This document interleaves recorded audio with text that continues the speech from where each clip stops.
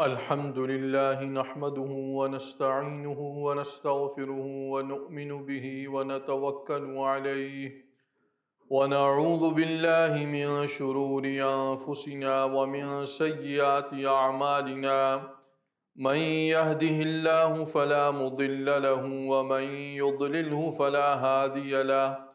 ونشهد أن لا إله إلا الله وحده لا شريك له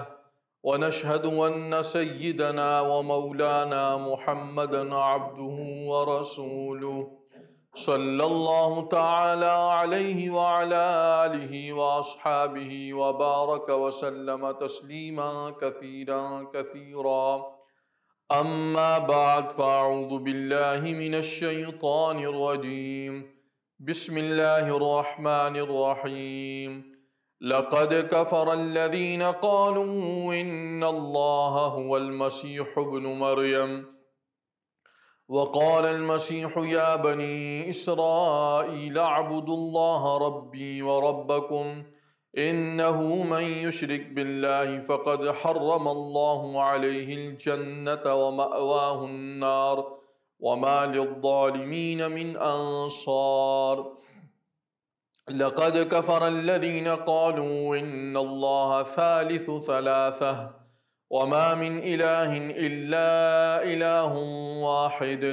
وإن لم ينتهوا عما يقولون ليمسن الذين كفروا منهم عذاب أليم آمنت بالله صدق الله العظيم۔ سورۃ المائدہ پارہ نمبر 5 آیت نمبر 72 سے ابتدا کر رہے ہیں ہم۔ اس میں اللہ رب العزت فرماتے ہیں کہ یقیناً وہ لوگ کافر ہوئے جنہوں نے یہ کہا کہ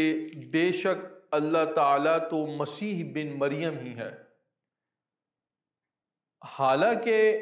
مسیح علیہ الصلاۃ والسلام نے تو یہ فرمایا تھا کہ اے بنی اسرائیل تم اللہ تعالیٰ کی عبادت کرو جو میرا بھی رب ہے اور تمہارا بھی رب ہے۔ یقیناً جو شخص اللہ تعالیٰ کے ساتھ کسی کو شریک ٹھہرائے تو اللہ تعالیٰ نے اس کے لیے جنت کو حرام کر دیا ہے اور اس کا ٹھکانہ آگ ہے، اور ظالموں کے لیے کوئی یار و مددگار میسر نہیں آئیں گے۔ یقیناً وہ لوگ کافر ہوئے جنہوں نے یہ کہا کہ اللہ تعالیٰ 3 میں سے ایک ہیں، حالانکہ ایک الہ یعنی معبود کے سوا کوئی معبود نہیں، اور اگر وہ اپنی اس بات سے باز نہ آئے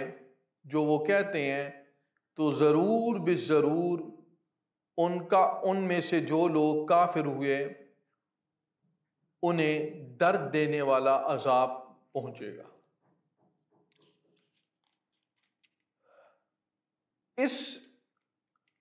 ان جو آیات کریمہ آپ کے سامنے پڑھی، ان میں اللہ رب العزت نے عیسائیوں کے ایک بہت غلط عقیدے کی تردید فرمائی ہے، اور وہ عقیدہ ایسا ہے کہ جو اللہ رب العزت کی وحدانیت کے خلاف ہے، عقیدہ توحید کے خلاف ہے، اور جس کا مرتکب مشرک ہو جاتا ہے۔ چنانچہ وہ عقیدہ کیا ہے کہ انہوں نے حضرت عیسیٰ علیہ السلام جن کو مسیح ابن مریم کہا گیا، ان کو الوہیت کا درجہ دے دیا، ان کو خدائی درجہ دے دیا، اور یہ ان کی سخت گمراہی تھی۔ عیسیٰ علیہ السلام نے تو بنی اسرائیل کو یہ کہا تھا کہ تم اللہ کی عبادت کرو، جو میرا بھی رب ہے تمہارا بھی رب ہے۔ اب عیسیٰ علیہ السلام خود اپنی زبان مبارک سے اس بات کی دعوت بھی دے رہے ہیں، اس بات کا اقرار بھی کر رہے ہیں، اس بات کا اظہار بھی فرما رہے ہیں کہ میں تو اللہ کا ایک بندہ ہوں۔ ہاں، اللہ رب العزت نے مجھے تم لوگوں کی طرف اس واسطے سے بھیجا ہے، اس بات کے لیے مبعوث فرمایا کہ میں تمہارے سامنے اللہ تعالیٰ کی وحدانیت کو رکھوں، تمہارے سامنے دین صحیح کو پیش کروں۔ اور وہ نے خود یہ فرمایا کہ جو شرک کرے گا، اللہ تعالیٰ کے ساتھ کسی کو شریک ٹھہرائے گا، اس کے لیے اللہ رب العزت نے جنت کو حرام کر دیا، اس کا ٹھکانہ آ گیا۔ قرآن کریم میں ایک اور جگہ پہ بھی اللہ رب العزت نے اس بات کا بڑے صاف لفظوں میں اظہار فرمایا کہ اللہ رب العزت شرک کے گناہ کو معاف نہیں فرمائیں گے، اس کے علاوہ جس گناہ کو چاہے معاف فرما دیں۔ ان اللہ لا یغفر ان یشرک بہ ویغفر ما دون ذلک لمن یشاء۔ یہ اس لیے کہ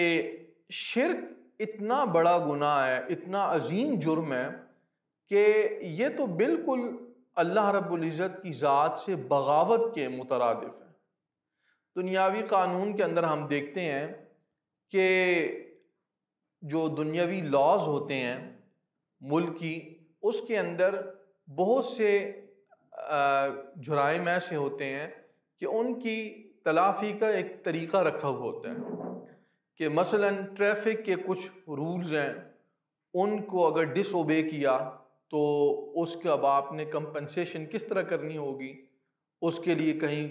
کوئی مالی جرمانہ رکھا جاتا ہے۔ ایسی اور بھی بہت سی چیزیں ہیں، ملکی قوانین ہیں کہ ان کی اگر آدمی سے جان کر یا انجانے میں خلاف ورزی ہو جائے تو اس کا ایک حل رکھا ہوتا ہے، وہ کرے۔ لیکن ایک جرم ہے بغاوت کا کہ اس کے بارے میں عام طور پر ہم دیکھتے ہیں کہ حکومتیں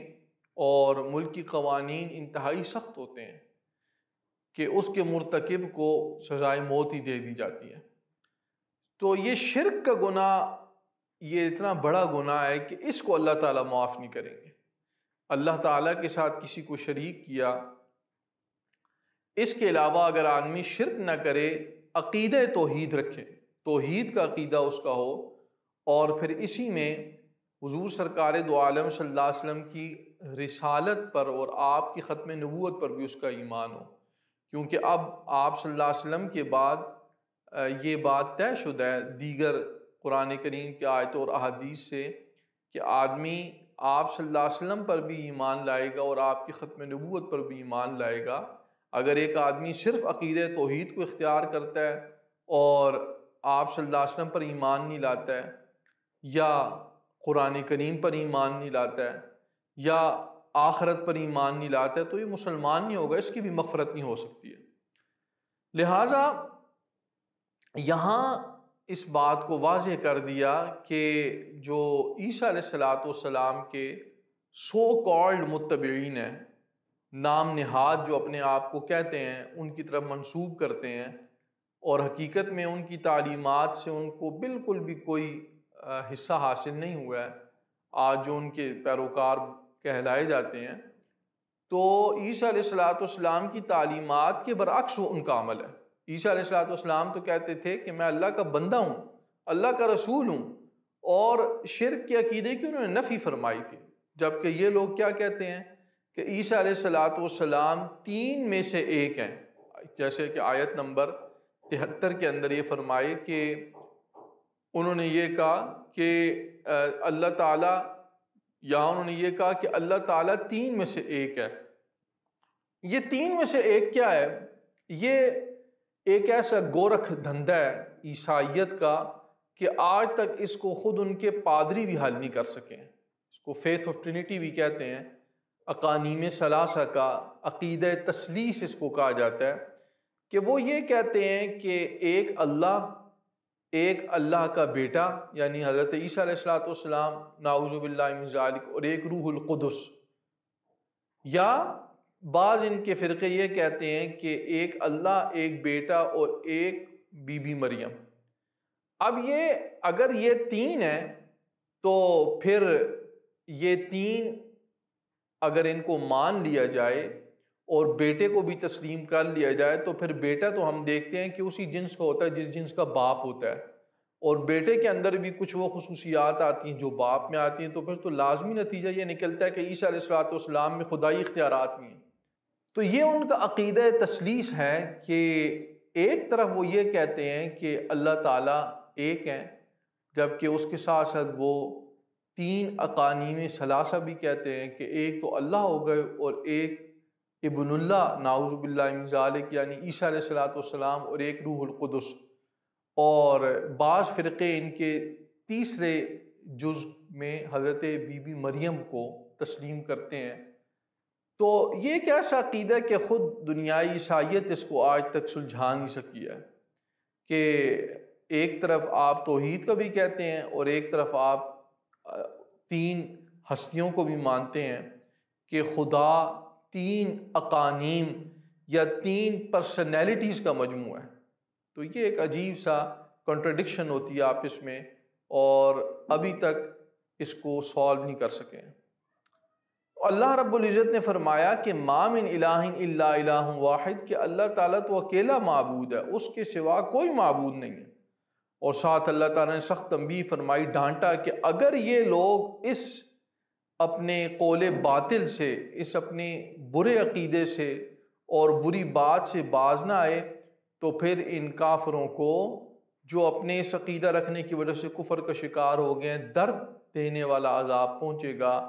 اللہ تعالیٰ ہم سب کو عقیدہ توحید پر استقامت نصیب فرمائے۔ وآخر دعوانا ان الحمد للہ رب العالمین۔